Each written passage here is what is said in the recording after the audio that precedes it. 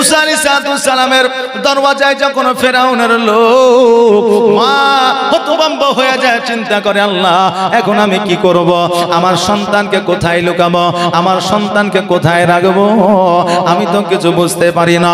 এইভাবে আপনার হতভম্ব হয়ে গিয়া হযরতে মুসা আলাইহিস সালামকে আপনার হাতখানা ধরিয়া যেই অননে যেই চুলোতে রুটি তৈরি করতেছিল মুসা আলাইহিস সালামকে ওই চুলোর মধ্যে আপনার ঢুকায়া দিল। জোরে বলেন সুবহানাল্লাহ।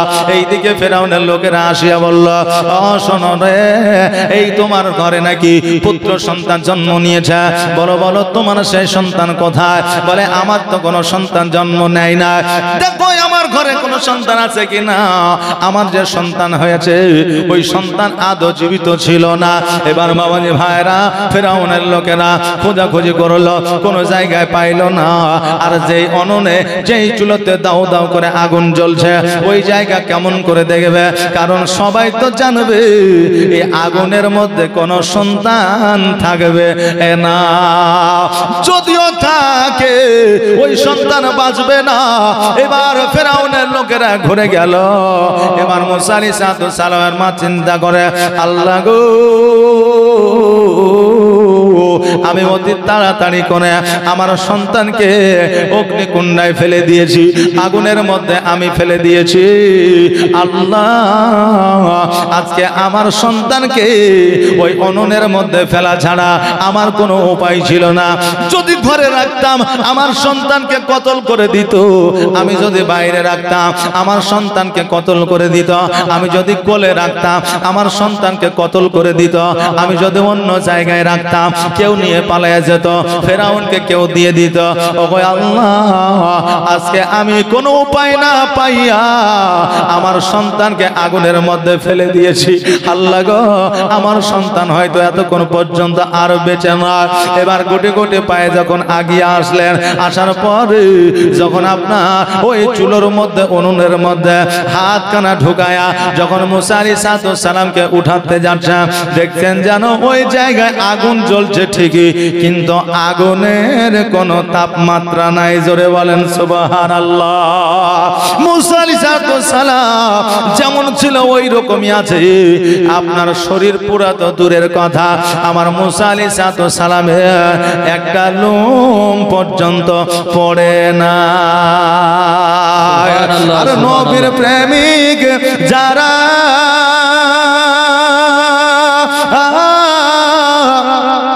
দিশে হারা মরণের ভয় করে না, প্রেম তো মরে না। জোরে বলেন সুবহানাল্লাহ, সুবহানাল্লাহ, সুবহানাল্লাহ বলেন না ইয়া রাসূলুল্লাহ। আর নবীর প্রেমিক যারা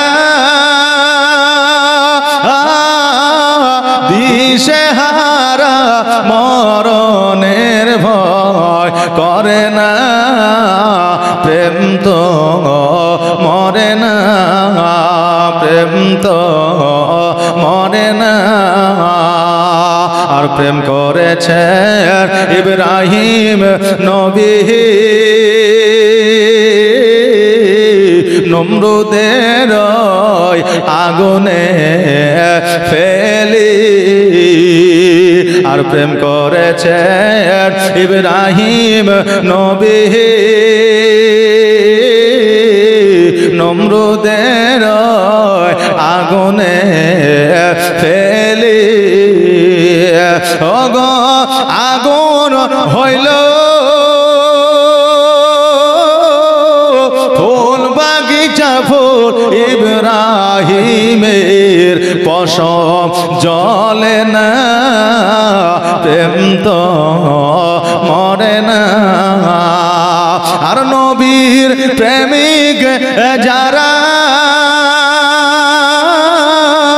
দিশেহারা মরণের ভয় করে না, প্রেম তো মরে না, প্রেম তো মরে না।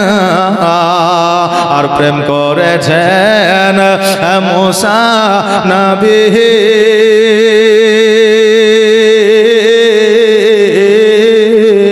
তোর পাহাড়ে গিয়াছেন চলে আর প্রেম করেছেন মুসা নবী তোর পাহাড়ে গিয়াছেন চলে ও গো খোদার নূরে পাহাড় জলে মুসা নবী জলে না প্রেম তো মরে না আর নবীর প্রেমিক যারা দিশেহারা মরণের ভয় করে না প্রেম তো মরে না প্রেম তো মরে না আমার মুসা আলাইহিস সালামকে যখন আপনার মনন থেকে উঠানো হলো গায়ে একটা লোম পর্যন্ত পড়ে না মা চিন্তা করে আল্লাহ গো আমার সন্তানকে আজকে না হয় বাঁচায় দিলাম কালকে কেমন করে বাঁচাবো নিশ্চয় এই খবর কেউ না কেউ পৌঁছায়া দিবে এই খবর কেউ না কেউ দিয়ে দিবে ও আল্লাহ আমার সন্তানকে তুমি বাঁচায় নাও আল্লাহ বলে রে আমার বান্দি আমার পয়গম্বরকে আমি কেমন করে বাঁচাবো এটা আমি আল্লাহ জানি কেউ জানে না মুসা কালিমুল্লাহর মা তুমি শুনে নাও একটা বাক্স বানায় নাও ওই বাক্সটা আমার হযরত জিবরিল আলাইহিস সালাম বানায় দিবে ওই বাক্সর মধ্যে তোমার সন্তানকে ঢুকায় দিয়া লক করে দিয়া ওই বাক্সটাকে নীল নদীর মধ্যে তুমি ভাসা দাও তোমার সন্তান পানিতে ভেসে যেইখানে যাবে ওই জায়গায় সুরক্ষিত থাকবে মা বললে আল্লাহ গো আমার সন্তানকে আমি ছাড়িয়া কেমন করে থাকবো আমার সন্তানকে কে দুগ্ধ পান করাইবে আমার সন্তানকে কে লালন পালন করবে আমার সন্তানকে গোসল বানায়া দিবে আমার সন্তানকে কে খাওয়ায়া দিবে আমার আল্লাহ বললে শোনো রে বান্দি ও শোনো আজকে হয়তো কিছুক্ষণের জন্য তোমার সন্তানকে ছাড়িয়া তুমি থাকবে কিন্তু আমি আল্লাহ আমার মহিমা বোঝা বড় আমি তোমার সন্তানের সঙ্গে পুনরায় আবার তোমাকে মিলাই দিব জোরে বলেন সুবহানাল্লাহ এবার বাবাজি ভাইরা হযরতে ইসরাইল আলাইহিস সালাম জগতের মধ্যে আসলেন আসার পরে যেন একটা সিন্দুক তৈরি করে দিলেন একটা বাক্স তৈরি করে দিলেন ওই বাক্সর মধ্যে হযরতে মুসা আলাইহিস সালামকে আপনার ঢোকায়া দিলেন ঢোকায়া দেওয়ার পরে নদীর মধ্যে যেন আপনার ভাসায়া দিলেন এইদিকে ফেরাও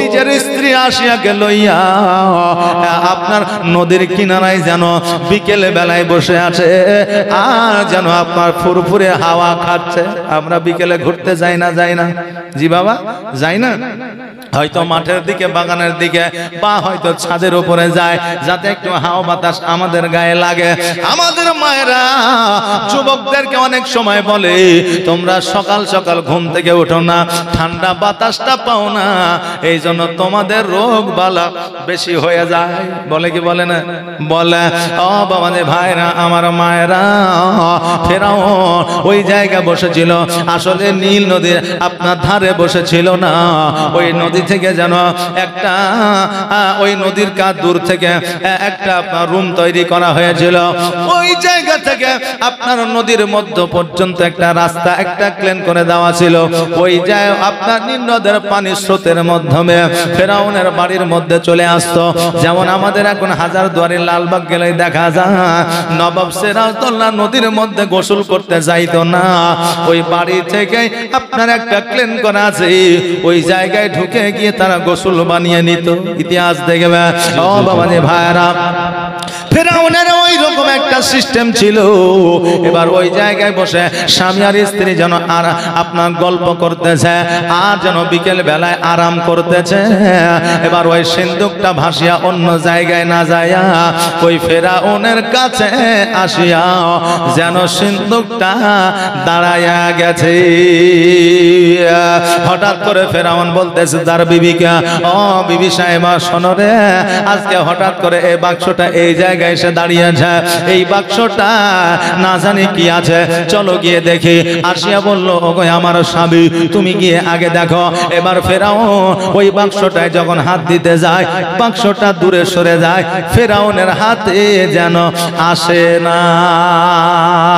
এত কোশিশ করলো, এত আপনার চেষ্টা করলো, কিন্তু বাক্সটা যেন তুলতে পারলো না, হাতের কাছে যেন আসলো না। আর বিবি আসিয়া যেমনই আপনার ওই বাক্সের কাছে গেল, বাক্সটায় যেমনই হাত দেওয়া, অমনি যেন বাক্সটা কাছে চলে আসলো। জোরে বলেন সুবহানাল্লাহ। ওই বাক্সটাকে উপরে উঠানো হলো। এবার উপরে উঠানোর পরে এবার ওই বাক্সটা আপনার ওই বাক্সটা যেন আপনার লক করা আছে, পাসওয়ার্ড মারা আছে। এবার ফেরাউনকে বলল, স্বামী গো, এই লকটা হয়তো আমি খুলতে পারবো না, তুমি এই লকটা খোলো। এবার ফেরাউন যখন ওই লকটা খোলার চেষ্টা করলো, কোনো মতেই যেন খুলতে পারে না, তার দ্বারা যেন সম্ভব হয় না। অনেক প্রকার ভাবে চেষ্টা করলো, কিন্তু সম্ভব হলো না। এবার বিবি আসিয়াকে বলল, ও বিবি রে, একবার তুমি চেষ্টা করে দেখো না। এবার যখন আসিয়া এবার যখন ওই বাক্সর লকে হাত দিয়েছে, যেমনই হাত দেওয়া অমনি যেন বাবা লকটা খুলে গেছে। আর লকটা যেমনই খুলে যাওয়া, বাক্সর ডালা তুলে দেখছে যেন ওই বাক্সের মধ্যে হীরা মণি মুক্তা সোনা দানা না, ওই বাক্সর মধ্যে একটা হীরার টুকরা নুরানিময় চেহারা নিয়ে একটা বাচ্চা সন্তান শুয়ে আছে। জোরে বলেন সুবহানাল্লাহ। এবার ফেরাউন বলল, বিবি রে, এই বাচ্চাটা পুরুষ না মহিলা, পুত্র না কন্যা? এবার আসিয়া বলল, এই বাচ্চাটা হলো পুত্র।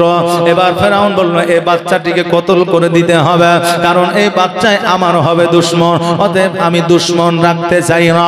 আসিয়া বলল, স্বামী গো, আজকে আমাদের সন্তান নাই, এতদিন পর্যন্ত বিবাহ হয়েছে, আমাদের সন্তান হয় না। আজকে এই সমুদ্রের মধ্য দিয়া যখন এই বাক্সটা ভেসে এসেছে, আল্লাহ হয়তো আমাদের এই সন্তানটা লালন পালন করার জন্য দিয়েছে। ওগো আমার স্বামী, এই বাচ্চাটিকে আপনি কতল করিয়েন না, হত্যা করিয়েন না, এই বাচ্চাটিকে প্রাণ আপনি কেড়ে নিয়েন না। ফেরাউন বলল, ও আমার বিবি রে, আজকে আমার সন্তান নাই ঠিকই, কিন্তু আমি কারো সন্তান লালন পালন করে দিতে চাই না। ফেরাউন রাজি হইল না। আসিয়া যেন মোহাব্বতে পড়ে গেল, মুসা আলাইহিস সালামকে কোলে যেন বাবা উঠে আনিল। এবার কোলে উঠে নেওয়ার পরে রাজপ্রাসাদে নিয়ে গেল। এবার রাজপ্রাসাদে যখন নিয়ে গেল, সকল সৈন্যরা একটা আন্দোলন শুরু করলো। সারা এলাকা যত আপনার সন্তান হয়েছিল, সকল সন্তানকে কতল করে দেওয়া হয়েছে।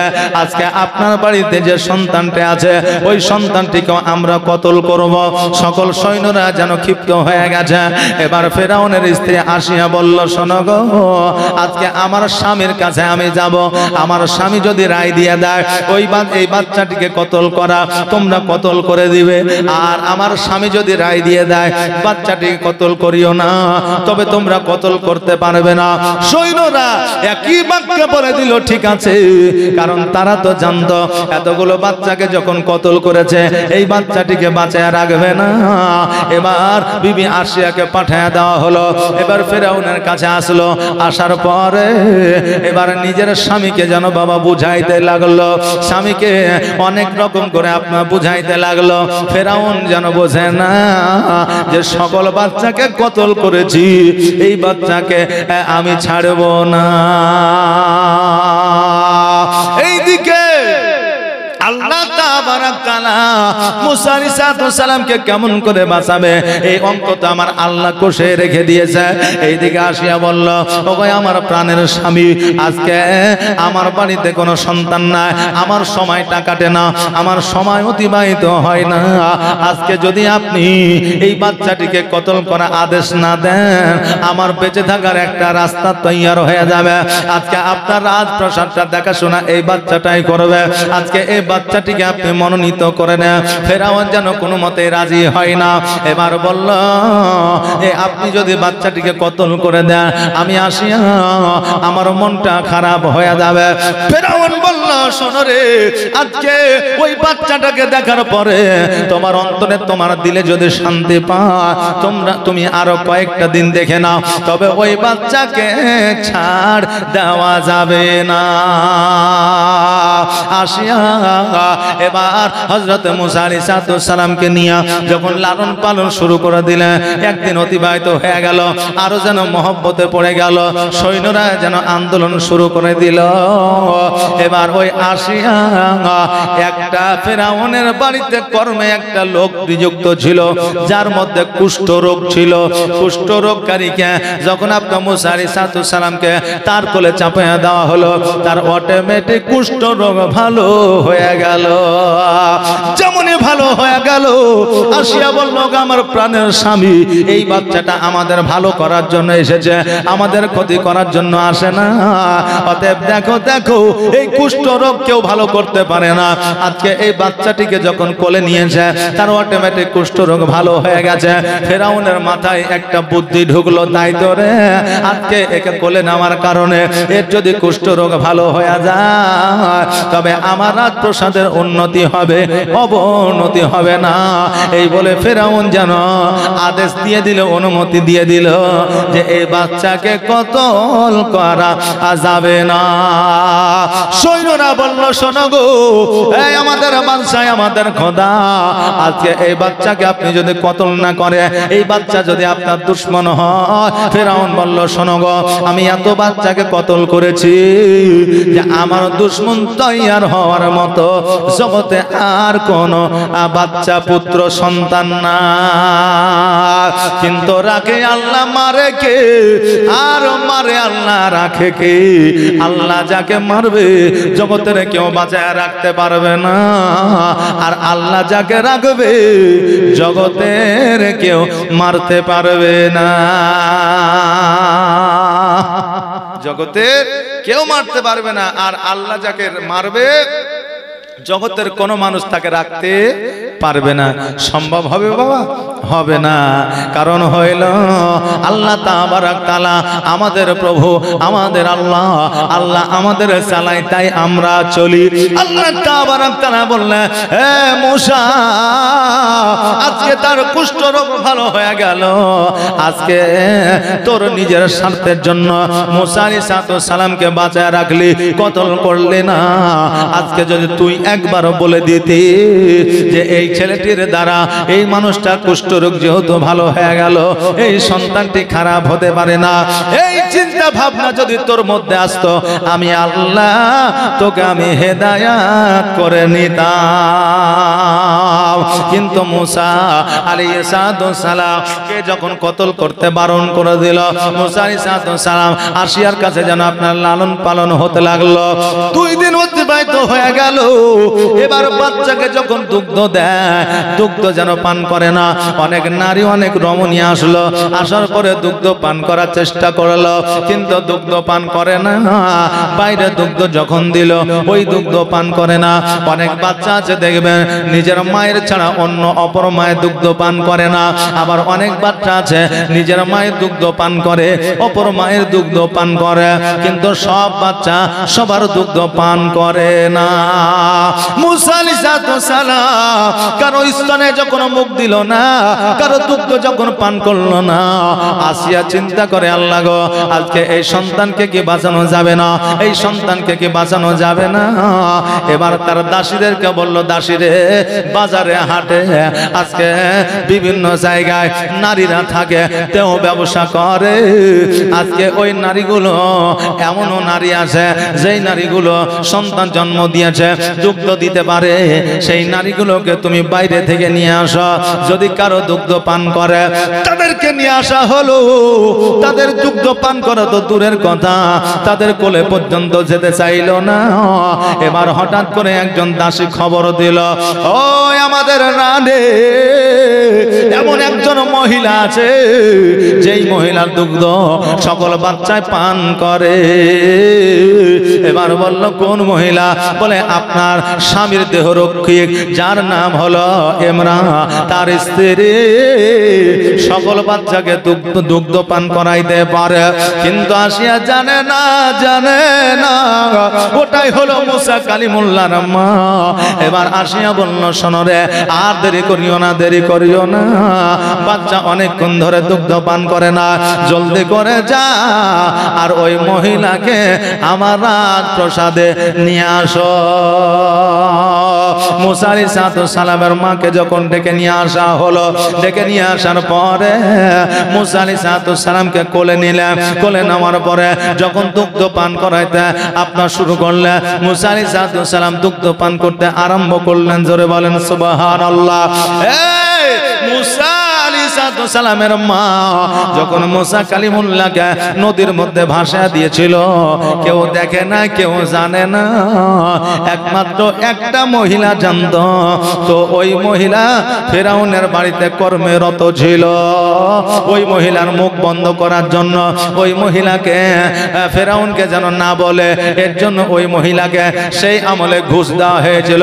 রাবিরা বর্ণনা করেছে সেই আমলে 1 টাকা নয়, 2 টাকা নয়, 5 টাকা নয়, 70 টাকা ঘুষ দেওয়া হয়েছিল। যে যেন তুই না বলিস, 70 টাকা ঘুষ দেওয়া হয়েছিল। কিন্তু মায়েদের মনে কথা থাকা খুব মুশকিল, কথাকে বুঝতে পারলেন? মায়েদের মনে কথা থাকে না, চাই 70 টাকা ঘুষ দেন আর 70,000 টাকা ঘুষ দেন। যে আর স্বামীরা যদি ভুল বশত মায়েদের কাছ থেকে, অর্থাৎ নিজের স্ত্রীর কাছ থেকে যদি টাকা ধার নিয়ে নেয়, কিয়ামত পর্যন্ত পরিশোধ হবে না। জি, 100 টাকা ধার নিয়েছেন, 1 মাস ধরে প্রতিদিন 100 টাকা করে দিচ্ছেন, টাকা রেখে দিচ্ছে, কই গো টাকা লাও, রেখে দিচ্ছে, কই গো টাকা লাও, রেখে দিচ্ছে। 1 মাস পরে যখন 2 দিন দেওয়া বন্ধ করে দিবেন, তখন ওই আপনার স্ত্রী বলবে, কই গো তুমি যে 100 টাকা করে দিছিলে, কই টাকাটা দিলে না? তো বলে 100 টাকা করে, কই টাকা তো ওই রকম কোনো মান্থলি করিনি, তুই 100 টাকা পাবি তাই আমি টাকাটা দিয়েছি, তো তুই আমার নিজের লোক, তোকে 100 টাকাই দিব, তার জন্য 1 মাস ধরে 100 টাকা দিয়েছি। ও ওগুলো তো তুমি আমাকে এমনি দিয়েছ, আমি যে 100 টাকা পাই ওই টাকাটা আগে দাও। মানে 1 মাস টাকা দিলেন, ওইটার গল্প নাই, ও যে 100 টাকা দিয়েছিল ওইটা ওকে লাগিবে। হ্যাঁ বাবাজি ভাইরা, মায়েদের মনে কথা থাকে না। এই জন্য হারুন আর রশিদ বাদশা বলেছিল, ওই আমার সন্তান, জীবনের সব কথা তোমার বিবির সঙ্গে আলোচনা করবে, কিন্তু মনের কথা কোনোদিন খুলে বলবে না। হারুন আর রশিদের সন্তান চিন্তা করলো, আল্লাহ গো, যে হলো আমার অর্ধাঙ্গিনী, যে হলো আমার সঙ্গিনী, যে আমার আপদে বিপদে মুসিবতে সব জায়গায় আমার সাথে সাথে থাকবে, তাকে মনের কথা খুলে বলবো না। এটা আমার আব্বা বলে গেল, এটাকে আমি একবার ট্রাই করতে চাই, পরীক্ষা করতে চাই, কেন এই কথা বলে গেল, এই কথার মানে মতলব তো আমি বুঝতে পারলাম না। হঠাৎ করে বাজারে গেল, বাজারে যাওয়ার পরে একটা খাসি কিনলো, অর্থাৎ একটা ছাগল কিনলো। ছাগল কেনার পরে ওই ছাগলটাকে জঙ্গলে নিয়ে যাওয়া হলো, ছাগলটাকে আপনার কতল করা হলো, জবে করা হলো। জবে করার পরে ওই ছাগলটার মাথাটাকে নিয়ে গামছার মধ্যে বেঁধে নেওয়া হলো। বেঁধে নেওয়ার পরে বাড়িতে আসলো, আসার পরে বলে, বিবি রে, আজকে আমি একটা মানুষকে খুন করেছি, ওই মানুষের মাথাটাকে নিয়ে এসেছি, বাড়ির মধ্যে পুঁতে রাখো, যেন কেউ জানতে না পারে। বিবি বলছে, কেউ কি দেখেছে? বলে না দেখেনি। কেউ কি সাক্ষী আছে? বলে না, কেউ সাক্ষী নাই, একমাত্র তুমি আছো, অতএব খবরদার তুমি যেন কাউকে বলিও না। এখন বিবি বলছে যে আপনার মাথা খারাপ হয়েছে নাকি? এখন আমি যদি কাউকে বলি তাহলে তো আমারই স্বামীকে ধরে নিয়ে যাবে জেলখানায়, আর আমার স্বামী যদি জেলখানায় যায় তাহলে অসুবিধাটা তো লোকের হবে না, অসুবিধাটা আমার হবে। অতএব এই কথা কাউকে বলা যাবে না। 1 বছর, 2 বছর, 3 বছর পার হয়েছে, সবই ভুলে গেছে। হঠাৎ করে ওই মেয়ের মা বাড়িতে বেড়াতে এসছে। আসার পরে 1 কথা, 2 কথা, 4 কথা, 5 কথা গল্প হইতে হইতে এখন স্বামী যে তার মস্তান, এটার প্রমাণ তো দিতে হবে নাকি বলেন? এখন অনেক মা বাপ আছে সন্তানের বড়াই গল্প করে অনেকে। জি, যদিও আর সন্তান 30 নাম্বার পায়, তো অনেক সময় গল্প করে যে 130 নাম্বার পেয়েছে। জি, এইরকম লোক আছে না? না আছে। আরে তোমার সন্তানের নাম্বার নিয়ে কি হবে? তোমার সন্তানের কর্মেই মানুষ বুঝতে পারবে যে আসলে ছেলেটা ট্যালেন্টেড কিনা, নাকি বলেন? জি, এইদিকে গল্প করতে করতে এখন বলছে, মা জানিস তোর জামাই এত বড় মাস্তান যে আজকে থেকে 3 বছর আগে একটা মানুষের মাথা কেটে নিয়ে এসে আমার এই ঘরের মধ্যে পুঁতে রেখেছে, কেউ জানতে পারেনি। তবে মা তোকে আমি বললাম তুই যেন কাউকে বলিস না। এখন মা বলছে, খেপি কোথাকার, আমার মাথা খারাপ হয়েছে, আমি যদি কাউকে বলতে যাই তো জেলে গেলে তো আমার জামাই যাবে, তো এই কথা কাউকে বলা যাবে না। বাড়ি চলে গেছে, আবার 6 মাস পার হয়েছে, ওর মতো একটা বয়স্ক মহিলা পেয়েছে। এখন ওই বয়স্ক মহিলাকে পাশে নিয়ে বলছে, আর বুবু জানিস আমার জামাই এত মাস্তান যে একটা মাথা কেটে বাড়িতে পুঁতে রেখেছে, হ্যাঁ, তো কেউ জানতে পারেনি। বুবু তুই জানে কাউকে বলিস না। ও বলছে যে তোমার মাথা খারাপ হয়েছে, আমাকে এতদিন এত কথা বলেছো, তুমি কি শুনেছো যে কাউকে বলেছি? যে আমি বলবো না। আবার যখন 6 মাস পার হয়েছে, ও আবার আরেকজনকে বলেছে, ওকে বলে দিয়েছে, খবরদার বহিন তুই যেন কাউকে বলিস না। ও বলেছে আমি এই কথা তোমার কথা কাউকে বলবো। 6 মাস পার হয়েছে, আবার ও আরেকজনকে বলেছে। এইভাবে বলতে বলতে গায়ে আর কেউ শুনতে বাকি নাই, সবাই শুনে নিয়েছে। পরের দিন রাত্রিবেলায় ওই হারুন আর রশিদের পুত্রের বাড়িতে পুলিশ প্রশাসন এসে হাজির হয়েছে। দরজা খোলো, দরজা খুললো। বলে কি হয়েছে স্যার? বলে তোমার বাড়িতে এই মানুষের মাথা পুঁতা আছে। বলে আপনি কি করে জানলেন? বলে খবর আমি পেয়েছি। এবার খুঁড়ে দেখছো তো, হ্যাঁ গামছার মধ্যে একটা মাথা আছে, কিন্তু মাথায় মাংসও নাই, চামড়াও নাই, শুধু খুল্লি আছে। 4 বছর পরে কি আর মাথায় মাংস পাওয়া যাবে? যে যাবে না। এখন হারুন আর রশিদের সন্তান বলছে যে হুজুর এটা হচ্ছে মানুষের মাথা না, এটা ছাগলের মাথা। আমি কেটে নিয়ে এসে এখানে পুঁতে রেখেছি, কারণ আমার স্ত্রীকে ট্রাই করার জন্য, পরীক্ষা করার জন্য। হ্যাঁ, আমার আব্বা বলে গিয়েছিল এই কথা যে মনের কথা স্ত্রীকে খুলে বলিও না, এই জন্য আমি পরীক্ষা করছিলাম। এবার প্রশাসন যখন মেশিন দিয়ে টেস্ট করে দেখলো যে না এটা আসলেই মানুষের নয়, ছাগলের মাথা, তো হারুন আর রশিদের সন্তান বুঝতে পারলো যে সব কথা বিবিকে খুলে বলতে নাই, তার কারণ এদের পেটে কথা থাকে না। কথা কি বুঝলেন না? এদের পেটে কথা থাকে না, এই জন্য কথা সব বলতে হয় না। অনেক স্বামী আছে দেখবেন আবেগে পড়ে, মহব্বতে পড়ে বিদেশে কি করলো না করলো সব বিবিকে বলে দেয়। আর ওই স্বামী যখন আবার বিদেশে যাবে, যত কথা বিবিকে বলে গেছে তত কথা 6 মাসে শুনতে হয়, মানে খুঁটা শুনতে হয়। ও তুমি তো ভুলে গেছিলে, তুমি যেখানে কাজ করো তার পাশেই নাকি একটা বিডি ছেলের দোকান আছে, তাইলে ওখানে বসে আছো নাকি? যে কথা বললেন না, তো খবরদার তোমার পার্সোনাল কথা তোমার বিবিকে বলবে না। তবে সব কথা নয়। এখন তুমি কোন ব্যবসা করছো, এটার জন্য বিবির পরামর্শ নিতে হবে। এখন তুমি কোথায় জমি কিনছো, এটার জন্য বিবির কাছে পরামর্শ নিতে হবে। কারণ হলো যে আমার নবী পাক সাল্লাল্লাহু তাআলা আলাইহি ওয়াসাল্লাম বলেছেন যে যেই ব্যবসা হোক, বাণিজ্য হোক, চাহে জমি হোক, স্ত্রীর পরামর্শতে যদি নেওয়া হয় তো সেই সব কাজে সাকসেস হওয়া যায়। জোরে বলেন সুবহানাল্লাহ। কারণ আমার নবীজি বলেছেন যে আমি যেই দিন খাদিজার কাছ থেকে পরামর্শ নিয়ে যুদ্ধের ময়দানে যেতাম, সেই দিনই যুদ্ধে জয়লাভ করতাম। জোরে বলেন সুবহানাল্লাহ। এই জন্য সব কথা যে বলতে হয় না তা নয়, কিছু কথা আপনার লুকিয়ে রাখতে হয়। ভাবছি এখন তো এই দেশের মধ্যে, এখন গ্রামের মধ্যে, এলাকার মধ্যে আপনার কিছু পাইলট এসেছে। পাইলট বুঝেন? যারা প্লেন উড়ায়, পাইলট এসেছে। তো এই পাইলটেরা প্লেন উড়াচ্ছে না, ওই মোটরসাইকেলটাকে প্লেন মনে করছে। জি, আর মুড়ে বাজারে আজারে এখানে সেখানে পড়ছে, হাঁটু খাম করছে, পা খাম করছে, কহিনা খাম করছে, কারো কপাল উড়ে গেছে, কারো চোখের খাঁচড়ে গেছে, বুঝলেন না, কারো দাড়ি নাই, এই মুখ পর্যন্ত ব্যান্ডেজ করে দিয়েছে। কথা বুঝলেন কিনা? এই যুবক এই রকম কাজ যেন করিও না। বাইক চালাবা 10 মিনিটের জায়গায় তুমি 15 মিনিটে যাও, 10 মিনিটের জায়গায় 5 মিনিট করতে যেও না। কারণ ওই 5 মিনিট করতে গেলে সংক্ষেপে বিদায় নিয়ে কবরে চলে যাবে। খুবই সংক্ষেপে বিদায় নিয়ে কবরে চলে যাবে। কাঁদবে কে? তোমার বাপ মা, তোমার স্ত্রী, সন্তান। তোমার কি হবে? কিছুই হবে না। কবরে গিয়ে হা হা লাদ্রি, তোমার কিছুই হবে না। কষ্ট পাবে তোমার সন্তান আদি স্ত্রী, তোমার বাপ মা, তাছাড়া অন্য কেউ পাবে না। অতএব হুঁশিয়ার হয়ে যাও, সাবধান হয়ে যাও। বাইক নিয়েছো, মোটরসাইকেল নিয়েছো, সাবধানতা অবলম্বন করে চালাবে, যাতে কোনো রকমের মানুষের ক্ষয়ক্ষতি, তোমারও যেন কোনো ক্ষয়ক্ষতি না হয়ে যায়। বাবাজি ভাইরা, যেটা বলছিলাম, মুসা আলাইহিস সালামের মা ওই দাসীকে আপনার 70 টাকা ঘুষ দিয়েছিল যাতে ফেরাউনকে না বলে দেয়। কিন্তু এই দাসী চিন্তা করেছিল আজকে যদি ফেরাউনকে এই খবরটা আমি দিয়ে দিই, খবরটা দিয়ে দিলে আমাকে কিছু উপহার দিবে, আমাকে কিছু টাকা দিবে, আমাকে কিছু হীরামণি মুক্তা দিবে।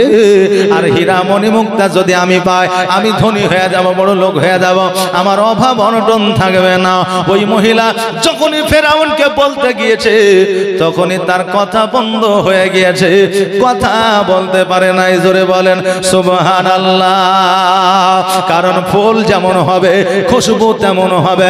গোলাপের কাছ থেকে সূর্যমুখের খুশবু পাওয়া যাবে না, আর সূর্যমুখের কাছ থেকে গোলাপের খুশবু পাওয়া যাবে না। ফুল যেমন হবে খুশবু তেমন হবে।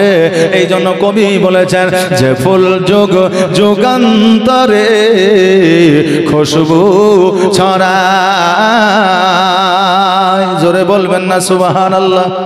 একটা আওয়াজ দিয়ে বলবেন না সুবহানাল্লাহ?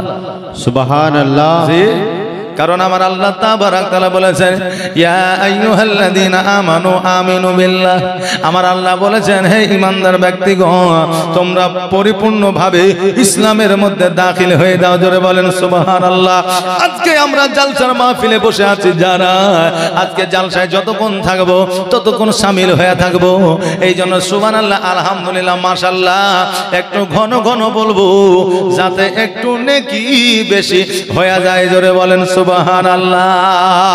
যে ফুল যুগ যুগান্তরে খুশবু ছড়ায়, এঁকেছি সে ফুল মোরা, এঁকেছি সে ফুল মোরা মনেরই কাবায়। যে ফুল যুগ যুগান্তরে খুশবু ছড়ায়। হাবিবে খোদা তিনি নবী কামলে ওয়ালা, তার ওই ছোঁয়াতে আজ দুনিয়া উজালা। তারি বিরহে দু চোখ, তারি বিরহে দু চোখ অশ্রু ঝরায়। যে ফল যুগ যুগান্তরে খুশবু ছড়ায়। এঁকেছি সে ফুল মোরা, এঁকেছি সে ফুল মোরা মনেরই কাবায়। যে ফুল যুগ যুগান্তরে খুশবু ছড়ায়। যার নাত পেশ করে খোদা খোদা তাআলা, কবি আর কবি গাতে শত সুরের মালা। তার প্রেমে পাগল আমি, তার প্রেমে পাগল আমি, কেঁদে যে বেড়াই। যে ফুল যুগ যুগান্তরে খুশবু ছড়ায়। আল্লাহুম্মা সাল্লি আলা সাইয়্যিদিনা মাওলানা মুহাম্মাদ ওয়া আলা আলি সাইয়্যিদিনা মাওলানা মুহাম্মাদ। ওই মহিলা যখনই ফেরাউনের কাছে আসতো আর আসার পরে বলার চেষ্টা করতো, তার জবানটা বন্ধ হয়ে যাইতো। আমার আল্লাহ তাবারাক তাআলা তার জবানটা বন্ধ করে দিত। আর জবানটা যখনই বন্ধ হয়ে যাইতো ওই কথাটা ফেরাউনকে বলতে পারতো না, আর ফেরাউন খবরও পাইতো না। আমার আল্লাহ তাবারাক তাআলা যেটা মনে করবে সেটাই হবে, তার বাইরে কিছু হবে না। আমার আল্লাহ তাবারাক তাআলা একটা বাক্স তৈরি করে আমাদের দিয়ে দিয়েছে। সারা পৃথিবী আসমান জমিন সব কিছু ঢুকা দিলেও অনেকটা অর্থাৎ অর্ধেকটা খালি থেকে যায়। এই রকম বাক্সা যদি আমাদের শরীরের মধ্যে তৈরি করে দিতে পারে, না জানি আল্লাহ কি না করতে পারে। আমাদের শরীরের মধ্যে এমন একটা বাক্স তৈরি করে দিয়েছে যার মধ্যে আসমান জমিন গাছপালা নদী নালা সব কিছু ঢুকে যাবে, তবু অর্ধেকটা জায়গা খালি থাকবে। জোরে বলেন সুবহানাল্লাহ। এই বাক্সটা কোথায় আছে, কি অবস্থায় আছে, কোন বাক্স, এটা কি আপনারা শুনতে চান? জি, জানতে চান? একটা ভাই আমার 1000 টাকা দেন তো, একটা ভাই আমার 1000 টাকা। বাক্সের খবরটা আপনাদেরকে আমি বলে দিয়ে যাব। যেহেতু কবরস্থান উন্নতি কল্পে আজকে যেহেতু কালেকশন করার কোনো উদ্দেশ্য নাই, যেহেতু কালকে থেকে কালেকশন হবে ইনশাআল্লাহ, আজকে প্রথম রাত্রি, তাই আপনাদের কাছে জোর জবরদস্তি কিছু নাই। একটা ভাই আমার 1000 টাকা দেন, আমি বলে দিব যে আমাদের শরীরের মধ্যে এমন একটা বাক্স আল্লাহ তাবারক তাআলা দিয়েছেন যে সব কিছু এটে যাওয়ার পরেও অর্ধেকটা জায়গা খালি থেকে যাবে। জোরে বলেন সুবহানাল্লাহ। সুবহানাল্লাহ। আসেন তো, একটা ভাই একটু চট জলদি করে আসেন। আমারে মদিনায় নিবানে